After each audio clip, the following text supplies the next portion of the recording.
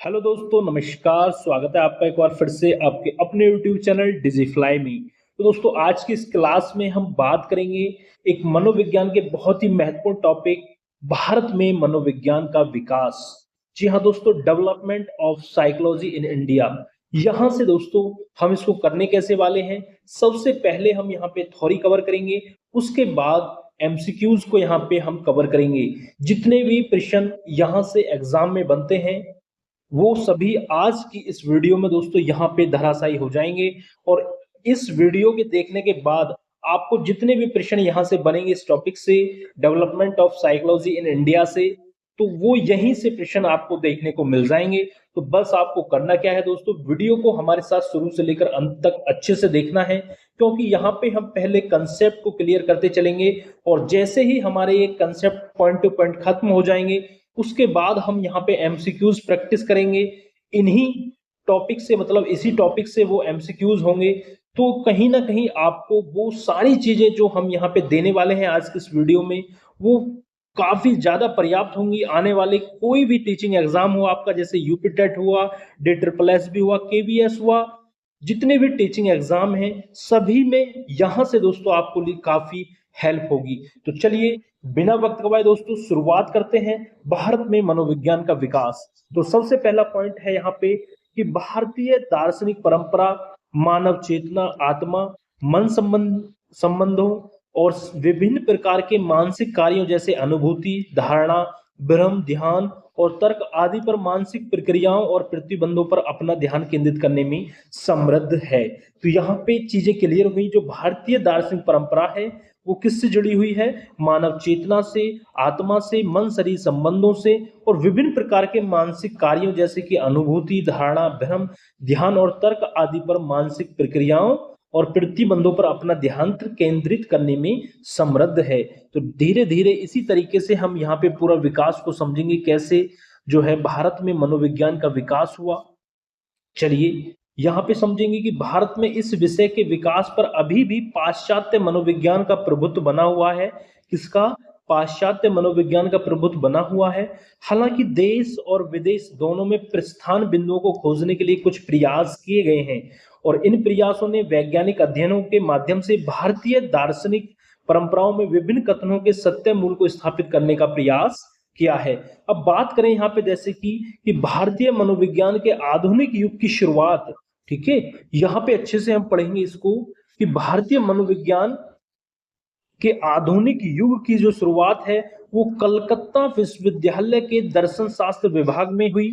ठीक है, जहां प्रयोगात्मक मनोविज्ञान का पहला पाठ्यक्रम शुरू किया गया। कहां शुरू किया गया? कलकत्ता विश्वविद्यालय में। ठीक है, और 1915 में पहली मनोविज्ञान प्रयोगशाला स्थापित की गई। याद रखेंगे, ठीक है, आधुनिक युग की शुरुआत जो हुई है वो कलकत्ता विश्वविद्यालय से हुई है और 1915 में पहली मनोविज्ञान प्रयोगशाला स्थापित की गई। आगे बात करें, कलकत्ता विश्वविद्यालय ने 1916 में मनोविज्ञान का पहला विभाग और 1938 में व्यवहारिक मनोविज्ञान का दूसरा विभाग शुरू किया। दोस्तों इस तरीके से यहाँ पे ये चीजें शुरू हुई भारत में। बात करें कलकत्ता विश्वविद्यालय में आधुनिक प्रयोगात्मक मनोविज्ञान की शुरुआत भारतीय मनोवैज्ञानिक डॉक्टर एन सेन गुप्ता, कौन थे ये? डॉक्टर एन सेन गुप्ता ने की, जिन्हें वुंश की प्रायोगिक परंपरा में संयुक्त राज्य अमेरिका में प्रशिक्षित किया गया था। तो याद रखेंगे, आधुनिक प्रयोगात्मक मनोविज्ञान की शुरुआत का श्रेय किसको जाता है? मनोवैज्ञानिक हैं डॉक्टर एन सेन गुप्ता। ठीक है, चलिए आगे बढ़ते हैं। प्रोफेसर जी बोस फ्राइडियन मनोविश्लेषण में प्रशिक्षित थे। ठीक है, तो याद रखेंगे दोस्तों, एक एक पॉइंट से दोस्तों एग्जाम में प्रश्न यहाँ पे बने हैं, तो यहाँ पे अच्छे से समझना है। क्योंकि मैं समझता हूँ थ्योरी को जब हम पढ़ते हैं तो कहीं ना कहीं दोस्तों हमारा मन करता है कि इसको स्किप कर दें, लेकिन एक बार जब यदि आपने थ्योरी अच्छे से पढ़ ली, कहानी की तरह इसको पढ़ना है आपको हमारे साथ, और मैं आपको सारी इस थ्योरी को कराने वाला हूं। बहुत छोटी सी ये थ्योरी है और इसके बाद जब हम एमसीक्यूज करेंगे तो हाँ आपको लगेगा कि वास्तव में थ्योरी से किस तरीके से प्रश्न बनते हैं और कैसे आपका ये टॉपिक भारत में मनोविज्ञान का विकास कंप्लीट हो जाएगा आज की इस वीडियो में। इस वीडियो के बाद आपको कोई वीडियो देखने की जरूरत नहीं है, इसी से आपका ये टॉपिक क्लियर हो जाएगा। बस हमारे साथ बने रहें, अच्छे से दोस्तों पॉइंट टू पॉइंट चीजों को पढ़ते रहें हमारे साथ। चलिए, जो प्रोफेसर जी बोस हैं, ठीक है, याद रखेंगे इनके नाम को, प्रोफेसर जी बोस फ्राइडियन थे, ये मनोविश्लेषण में प्रशिक्षित थे। इसमें फ्राइडियन मनोविश्लेषण में ये प्रशिक्षित थे, जो एक दूसरा क्षेत्र था जिसने भारत में मनोविज्ञान के प्रारंभिक विकास को प्रभावित किया, ठीक है। और प्रोफेसर बोस ने 1922 में इंडियन साइको एनालिटिकल एसोसिएशन की स्थापना की, ठीक है। किसने की? प्रोफेसर बोस ने की 1922 में इंडियन साइको एनालिटिकल एसोसिएशन की स्थापना, ये भी आप याद रखेंगे। और मनोविज्ञान का जो प्रारंभिक विकास है भारत में, वहां पे कहीं ना कहीं मनोविश्लेषण का जो क्षेत्र है वो देखने को मिलता है। आगे बात करें, मैसूर और पटना विश्वविद्यालयों में मनोविज्ञान विभाग मनोविज्ञान में शिक्षण और अनुसंधान के अन्य प्रारंभिक केंद्र थे। कहाँ? मैसूर और पटना विश्वविद्यालयों में, ठीक है।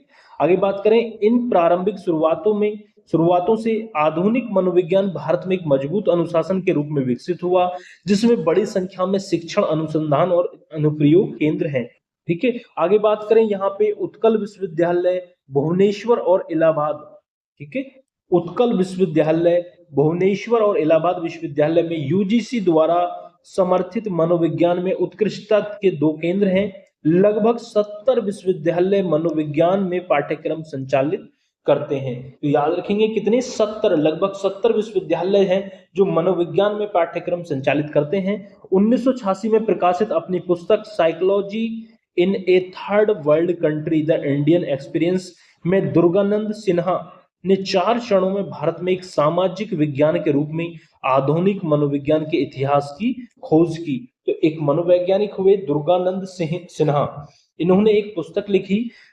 क्या थी पुस्तक का नाम? क्या था? Psychology in a third world country the association experience. तो इन्होंने क्या कहा उसमें? 4 चरणों में भारत में एक सामाजिक विज्ञान के रूप में आधुनिक मनोविज्ञान के इतिहास की खोज की। उनके अनुसार जो है स्वतंत्रता तक का पहला, इन्होंने क्या कहा, जो दुर्गानंद सिन्हा थे, इन्होंने कहा कि स्वतंत्रता तक का पहला चरण प्रायोगिक मनोविश्लेषणात्मक और मनोवैज्ञानिक परीक्षण अनुसंधान पर जोर देने वाला चरण था। किस किस पर? प्रायोगिक मनोविश्लेषणात्मक और मनोवैज्ञानिक परीक्षण अनुसंधान पर जोर देने वाला था स्वतंत्रता तक का पहला चरण, जो मुख्य रूप से पश्चिमी देशों में अनुशासन के विकास को दर्शाता है। कौन से देशों में? पश्चिमी देशों में अनुशासन के विकास को यह दर्शाता है। अब बात करें 1960 के दशक तक दूसरा चरण, भारत में मनोविज्ञान की विभिन्न शाखाओं में मनोविज्ञान के विस्तार का चरण था। इस चरण के दौरान भारतीय मनोवैज्ञानिकों ने पाश्चात्य मनोविज्ञान को भारतीय संदर्भ से जोड़ने का प्रयास करके एक भारतीय पहचान बनाने की दिशा में एक कदम उठाया 1960 के दशक में, ठीक है। ऐसा उन्होंने भारतीय स्थिति को समझने के लिए पाश्चात्य विचारों का उपयोग करके किया, ठीक है। पाश्चात्य विचारों का उपयोग करके इन्होंने क्या कहा? भारतीय स्थिति को समझने के लिए इसका उपयोग किया, पाश्चात्य विचारों का। हालांकि भारत में मनोविज्ञान ने 1960 के दशक के बाद समस्या उन्मुख अनुसंधान के चरण में भारतीय समाज के लिए प्रासंगिक बनने की मांग की। अब यहाँ पे आगे बढ़ते हैं हम। अब कुछ चीजें लिख के आई कि मनोवैज्ञानिक भारतीय समाज की समस्याओं के समाधान पर अधिक केंद्रित हो गए, ठीक है। जो मनोवैज्ञानिक जो थे वो भारतीय समाज की समस्याओं के समाधान पे अधिक केंद्रित हो गए थे।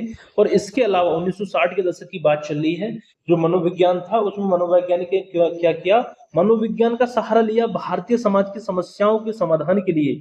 इसके अलावा हमारे सामाजिक संदर्भ के लिए पाश्चात्य मनोविज्ञान पर अत्यधिक निर्भरता की सीमाओं को भी महसूस किया गया, ठीक है। 1960 के दशक में क्या था? यहाँ पे निर्भरता थी पाश्चात्य मनोविज्ञान पर, जो है सामाजिक समस्याओं के सामाजिक समाधान की जो है निर्भरता थी। और प्रमुख मनोवैज्ञानिकों ने अनुसंधान के महत्व पर जोर दिया जो हमारी स्थिति के लिए प्रासंगिक है। आगे बात करें, भारत में मनोविज्ञान की एक नई पहचान की खोज ने स्वदेशीकरण के चरण को जन्म दिया, जो 1970 के दशक के अंत में शुरू हुआ था। बात करें स्वदेशीकरण का जो चरण था वो कब शुरू हुआ? 1970 के दशक के अंत में ये शुरू हुआ, ठीक है। आगे बढ़ते हैं। पश्चिमी ढांचे को खारिज करने के अलावा भारतीय मनोवैज्ञानिकों ने एक ढांचे के आधार पर समझ विकसित करने की आवश्यकता पर बल दिया जो सांस्कृतिक और सामाजिक रूप से प्रासंगिक था। अब इन्होंने क्या किया कि समझ विकसित करने की आवश्यकता थी, इस पर बल दिया। ठीक है, पहले क्या था, सामाजिक जो समस्याएं थी उन पर बल दिया था 1960 के दशक में, लेकिन 1970 का जो दशक था उसके खत्म होते होते इन्होंने क्या किया, जो है भारतीय मनोवैज्ञानिकों ने एक ढांचे के आधार पर समझ विकसित करने की आवश्यकता पर बल दिया। यह प्रवृत्ति प्रारंभिक भारतीय मनोविज्ञान पर आधारित मनोवैज्ञानिक दृष्टिकोण विकसित करने के कुछ प्रयासों से भी परिलक्षित हुई जो हमारे प्राचीन ग्रंथों और धर्म ग्रंथों से प्राप्त हुई थी। इस प्रकार यह चरण स्वदेशी मनोविज्ञान में विकास की विशेषता है जो भारतीय सांस्कृतिक संदर्भ से उत्पन्न हुई और भारतीय पारंपरिक ज्ञान प्रणाली पर आधारित समाज और भारतीय मनोविज्ञान के लिए प्रासंगिक बन गई है। ठीक है, उसके बाद जब से यह विकास जारी हुआ, ठीक है, जब से विकास जारी हुआ है, भारत में मनोविज्ञान दुनिया में मनोविज्ञान के क्षेत्र में महत्वपूर्ण योगदान दे रहा है। ठीक है, भारत में जो मनोविज्ञान है वो दुनिया के मनोविज्ञान में के क्षेत्र में महत्वपूर्ण योगदान दे रहा है। यह मनोवैज्ञानिक सिद्धांतों को विकसित करने की आवश्यकता पर बल देते हुए अधिक प्रासंगिक हो गया जो हमारे अपने सामाजिक और सांस्कृतिक संदर्भ में निहित है। साथ ही हम यह भी पाते हैं कि न्यूरो बायोलॉजिकल और स्वास्थ्य विज्ञान के साथ इंटरफेस से जुड़े नए शोध अध्ययन किए जा रहे हैं। भारत में मनोविज्ञान अब विधिक व्यावसायिक क्षेत्रों में लागू किया जा रहा है। ठीक है, अब क्या किया जा रहा है, वर्तमान में भारत में जो मनोविज्ञान है अब विधिक व्यावसायिक क्षेत्रों में लागू किया जा रहा है, व्यावसायिक क्षेत्रों में, ये आप याद रखेंगे। ठीक है, और यह मनोविज्ञान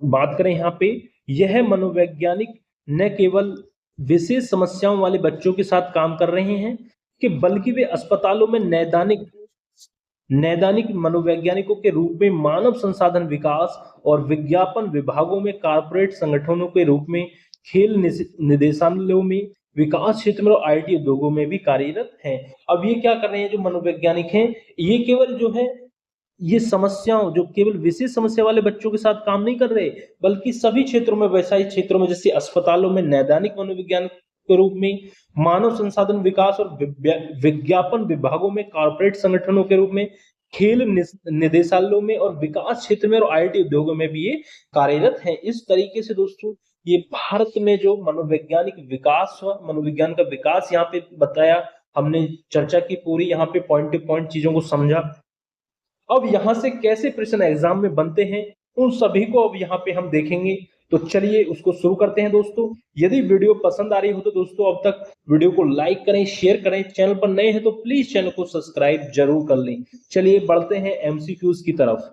तो दोस्तों यदि आपने अच्छे से थ्योरी को पूरा अच्छे से हमारे साथ कवर किया है तो आप इन प्रश्नों का उत्तर बहुत ही आसानी से दे पाओगे। तो चलिए शुरुआत करते हैं। पहला प्रश्न है कि भारतीय दार्शनिक परंपरा किस विषय पर केंद्रित रही। ऑप्शन ए है मानव चेतना, आत्मा और मन, शरीर संबंध, राजनीतिक समाज, भूगोल और इतिहास, और ऑप्शन डी है विज्ञान और तकनीक। बताइए भारतीय दार्शनिक परंपरा जो थी वो किस विषय पर केंद्रित रही। तो ये था आपका, यदि आपने पढ़ा था हमारे साथ तो इसका राइट आंसर होगा ऑप्शन ए कि मानव चेतना, आत्मा और मन शरीर संबंध पर ये केंद्रित रही। ठीक है, ऑप्शन ए। चलिए आगे बढ़ते हैं। अगला है यहाँ पे दूसरा कि भारत में आधुनिक मनोविज्ञान की शुरुआत कहाँ हुई। भारत में आधुनिक मनोविज्ञान की शुरुआत कहाँ हुई। ऑप्शन ए है कलकत्ता विश्वविद्यालय, ऑप्शन बी दिल्ली विश्वविद्यालय, ऑप्शन सी पटना विश्वविद्यालय, या ऑप्शन डी इलाहाबाद विश्वविद्यालय। बताइए कहाँ हुई थी। मैंने आपको बताया था कि भारतीय मनोविज्ञान के आधुनिक युग की जो शुरुआत थी, आधुनिक मनोविज्ञान की जो शुरुआत थी वो कलकत्ता विश्वविद्यालय में हुई थी। ठीक है, कहाँ हुई थी, कलकत्ता विश्वविद्यालय। तो ऑप्शन ए यहाँ पे राइट आंसर हो जाएगा। चलिए अगला है प्रश्न नंबर तीसरा कि भारत में पहली मनोविज्ञान प्रयोगशाला कब स्थापित की गई। 1915, 1920, 1938 या 1947। बताइए भारत में पहली मनोविज्ञान प्रयोगशाला कब स्थापित की गई। तो ये की गई आपकी 1915 में दोस्तों। तो यहाँ पे दोस्तों जितनी भी थ्योरी हमने करी थी वहीं से इन प्रश्नों को हमने तैयार किया है आपके लिए, ताकि आपसे एग्जाम में एक भी प्रश्न ना छूटे। तो उसी के रिगार्डिंग हमने चीजों को तैयार करा है। चलिए आगे बढ़ते हैं। अगला प्रश्न है और ये ही प्रश्न आपको एग्जाम में देखने को मिलेंगे और मिलते हैं। चलिए कलकत्ता विश्वविद्यालय में मनोविज्ञान का पहला विभाग कब शुरू हुआ? 1916, 1922, 1938 या 1950? बताइए, कलकत्ता विश्वविद्यालय में मनोविज्ञान का पहला विभाग कब शुरू हुआ था? तो आप याद रखेंगे, पहला विभाग जो शुरू हुआ था वो 1916 में हुआ था। ठीक है, 1916 में हुआ था। चलिए आगे बढ़ते हैं। भारत में बात करें, भारत में विश्वविद्यालय, सॉरी ये तो हो गया, अगला देखेंगे। भारत में व्यवहारिक मनोविज्ञान का दूसरा विभाग कब शुरू हुआ? पहले विभाग की बात होगी 1916। बात करें दूसरा विभाग कब शुरू हुआ व्यवहारिक मनोविज्ञान का, तो ये हुआ था आपका, बताइएगा, 1938, 1922, 1915 या 1940? तो ये हुआ था आपका 1938 में। ठीक है, चलिए आगे बढ़ते हैं। आगे बढ़ते हैं, अगला प्रश्न है कि भारत में प्रयोगात्मक मनोविज्ञान के जनक कौन माने जाते हैं? डॉक्टर एन सेनगुप्ता, जी बोस, दुर्गानंद सिंह या डॉक्टर सरोज गुप्ता? बताइए, भारत में प्रयोगात्मक मनोविज्ञान के जो जनक हैं वो कौन माने जाते हैं? तो ये भी मैं करा चुका हूं और ये हमने कराया है अभी। तो पहला आंसर, इसका राइट आंसर होगा डॉक्टर एन सेनगुप्ता को प्रयोगात्मक मनोविज्ञान का जनक माना जाता है भारत में। ठीक है, चलिए आगे बढ़ते हैं। अगला प्रश्न, प्रोफेसर जी बोस किस क्षेत्र से प्रशिक्षित थे? फ्राइडियन मनोविश्लेषण से, शिक्षा मनोविज्ञान से, बाल मनोविज्ञान से या सामाजिक मनोविज्ञान से? यदि आपने दोस्तों थोड़ा भी ध्यान से हमारे साथ पढ़ा होगा, यदि आपने थोड़ा भी ध्यान से हमारे साथ पढ़ा होगा तो आप आराम से बता दोगे कि जो प्रोफेसर जी बोस थे वो फ्राइडियन मनोविश्लेषण के क्षेत्र से प्रशिक्षित थे। ऑप्शन ए यहाँ पे राइट आंसर होगा। चलिए आगे बढ़ते हैं। प्रोफेसर जी बोस ने 1922 में किस संस्था की स्थापना की? Indian psycho analytical association, Indian psychological society, भारतीय मनोविज्ञान परिषद या मनोविज्ञान अनुसंधान परिषद? बताइए, प्रोफेसर जी बोस जो थे 1922 में इन्होंने किस संस्था की स्थापना की? तो आप कहेंगे Indian psycho analytical association, option A. ठीक है, याद रखेंगे दोस्तों। चलिए आगे बढ़ते हैं। भारत में मनोविज्ञान के प्रसार में मैसूर और पटना विश्वविद्यालय का योगदान किस रूप में रहा? शिक्षण और अनुसंधान केंद्र के रूप में, मनोचिकित्सा के रूप में, सामाजिक कार्य के रूप में या खेल मनोविज्ञान के रूप में? तो मैसूर और पटना विश्वविद्यालय का जो योगदान था भारत में मनोविज्ञान के प्रसार में, वो शिक्षण और अनुसंधान केंद्र के रूप में जो है ये योगदान था। तो ऑप्शन ए यहाँ पे राइट आंसर होगा। चलिए आगे बढ़ते हैं। दोस्तों, यदि वीडियो आपको पसंद आ रही हो तो वीडियो को लाइक करें, शेयर करें और चैनल पर नए हैं तो प्लीज चैनल के साथ जुड़ जाएं। बाल विकास की यहाँ पे, बाल विकास और पूरा मनोविज्ञान की हम यहाँ पे कंप्लीट तैयारी हम आपके लिए कराएंगे। टेंशन न ले, जितने भी मोस्ट इंपोर्टेंट टॉपिक हैं उनको हम यहाँ पे कवर करेंगे। चलिए आगे बढ़ते हैं। भारत में मनोविज्ञान की उत्कृष्टता के यूजीसी केंद्र कहाँ स्थापित हैं? उत्कल और इलाहाबाद विश्वविद्यालय, दिल्ली और पटना, कलकत्ता और मुंबई या मैसूर और लखनऊ? बताइए, भारत में मनोविज्ञान की उत्कृष्टता के यूजीसी केंद्र कहाँ स्थापित हैं? तो आप कहेंगे उत्कल विश्वविद्यालय जो कि भुवनेश्वर में है और इलाहाबाद विश्वविद्यालय। ऑप्शन ए यहाँ पे राइट आंसर होगा। Option A. चलिए आगे बढ़ते हैं। भारत में लगभग कितने विश्वविद्यालय मनोविज्ञान पाठ्यक्रम संचालित करते हैं? 70, 40, 100 या 25? बताइए कितने करते हैं? तो लगभग 70 आप कहेंगे। ऑप्शन ए यहाँ पे राइट आंसर होगा। चलिए अगला प्रश्न है, प्रश्न नंबर 12। दुर्गानंद सिंह ने किस पुस्तक में भारतीय आधुनिक मनोविज्ञान के 4 चरणों का वर्णन किया? Psychology in a third world country, Indian psychology, social psychology of India या history of India, Indian science? बताइए किस पुस्तक में? तो दुर्गानंद सिंह की पुस्तक है psychology in a third world country. Option A यहाँ पे राइट आंसर होगा।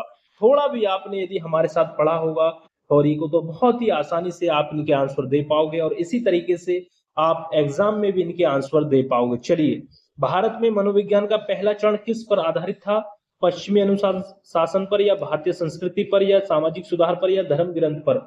बताइए, जो भारत में मनोविज्ञान का जो पहला चरण था वो पश्चिमी अनुशासन पर जो था वो आधारित था। मतलब पहले क्या था, जब धीरे धीरे भारत में मनोविज्ञान का विकास हुआ तो जो पहला चरण था वो पश्चिमी अनुशासन पर जो है वो आधारित था। ठीक है, चलिए आगे बढ़ते हैं। प्रश्न नंबर 14 है कि 1960 के दशक तक भारत में मनोविज्ञान किस चरण में था? तो विभिन्न शाखाओं में विस्तार। ऑप्शन ए यहाँ पे राइट आंसर होगा। मैं आपको पहले ही बता दे रहा हूं। चलिए आगे बढ़ते हैं। भारतीय मनोवैज्ञानिकों ने पश्चिमी मनोविज्ञान को किससे जोड़ने का प्रयास किया? भारतीय संदर्भ से, राजनीतिक सिद्धांतों से, धार्मिक सिद्धांतों से या आर्थिक योजनाओं से? तो यदि आपने पढ़ा होगा, जो भारतीय मनोवैज्ञानिक थे उन्होंने पश्चिमी मनोविज्ञान को भारतीय संदर्भ से जोड़ने का प्रयास किया। ऑप्शन ए यहाँ पे राइट आंसर होगा। चलिए आगे बढ़ते हैं। प्रश्न नंबर 16 कि भारतीय मनोविज्ञान का तीसरा चरण कब शुरू हुआ? तो ये तीसरा चरण कब शुरू हुआ था? 1970 के दशक के अंत में। ठीक है, 1970 के दशक के अंत में तीसरा चरण शुरू हुआ था। पहला 1960 में, दूसरा 1960 के अंत तक, और तीसरा चरण हुआ था 1970 के दशक के अंत तक। चलिए याद रखेंगे। आगे बढ़ते हैं। प्रश्न नंबर 17 स्वदेशी मनोविज्ञान में विकास किस पर आधारित रहा? भारतीय सांस्कृतिक संदर्भ में, केवल पश्चिमी सिद्धांत, राजनीतिक परंपरा या औद्योगिक सुधार? बताइए, स्वदेशी मनोविज्ञान में जो विकास था वो किस पर आधारित था? तो आप रहेंगे भारतीय सांस्कृतिक संदर्भ पर आधारित रहा स्वदेशी मनोविज्ञान में विकास। चलिए आगे बढ़ते हैं। अगला प्रश्न है कि भारत में मनोविज्ञान अब किन क्षेत्रों में लागू किया जा रहा है? व्यवसायिक क्षेत्रों में, सिर्फ शिक्षा के क्षेत्र में, केवल धार्मिक अध्ययन में या केवल चिकित्सा में? तो भारत में मनोविज्ञान जो है अब व्यवसायिक क्षेत्रों में, ठीक है, सिर्फ यहाँ केवल जो बात हो रही है ये गलत है। व्यवसायिक क्षेत्रों में यहाँ पे अब लागू किया जा रहा है। पहले क्या था, केवल विशेष समस्याओं वाले बच्चों के साथ काम किया जाता था, लेकिन अब क्या किया जा रहा है भारत में, जो व्यवसायिक क्षेत्रों में भी इसको लागू किया जा रहा है। अस्पतालों में, आपके शिक्षा के क्षेत्र में, धार्मिक चिकित्सा के क्षेत्र में, खेल के क्षेत्र में, आईटी क्षेत्र में, सब में इसका जो है यहाँ पे ये लागू किया जा रहा है मनोविज्ञान। तो इसका राइट आंसर हो जाएगा ऑप्शन ए। चलिए लास्ट प्रश्न देखते हैं इस वीडियो का कि आज के समय में मनोवैज्ञानिक किन किन क्षेत्रों में कार्यरत हैं? अस्पताल, मानव संसाधन, खेल और कारपोरेट, ये तो ठीक है। केवल शिक्षा, यहाँ पे केवल शब्द जो है ये गलत हो गया। केवल पुलिस विभाग, केवल नहीं, केवल आईटी सेक्टर नहीं, पहला राइट आंसर होगा। ठीक है, सभी में अब कार्यरत है, सभी क्षेत्रों में। तो ये थे दोस्तों भारत में मनोविज्ञान के विकास, development of psychology in India से जितने भी प्रश्न दोस्तों बन सकते हैं वो सभी प्रश्न हमने यहाँ पे थ्योरी प्लस एमसीक्यूज के साथ पूरा ये टॉपिक आपका क्लियर कर दिया दोस्तों। तो कैसी लगी दोस्तों वीडियो, एक बार कमेंट करके जरूर बताएं। वीडियो अच्छी लगी तो वीडियो को लाइक करें, शेयर करें दोस्तों। चैनल पर नए हैं तो प्लीज चैनल को सब्सक्राइब जरूर करें, क्योंकि यहाँ पे दोस्तों हम आपके पूरा सीडीपी मनोविज्ञान और आपका जो चाइल्ड डेवलपमेंट पेडागोजी है उसको कंप्लीट यहाँ पे हम कराने वाले हैं। क्योंकि आने वाले जितने भी टीचिंग एग्जाम है, जैसे कि आपका DEET भी हुआ, ठीक है, और आपका बिहार का पेपर हुआ super TET, Bihar super TET हुआ, KVS का हुआ, तो जितने भी यूपी टेट हुआ, आने वाला यूपी टेट जनवरी के बाद जो होगा, उन सभी में दोस्तों सीडीपी को हम यहाँ पे कवर कराएंगे। तो मिलते हैं बहुत जल्द अगली वीडियो में दोस्तों, तब तक के लिए जय हिंद, जय भारत दोस्तों।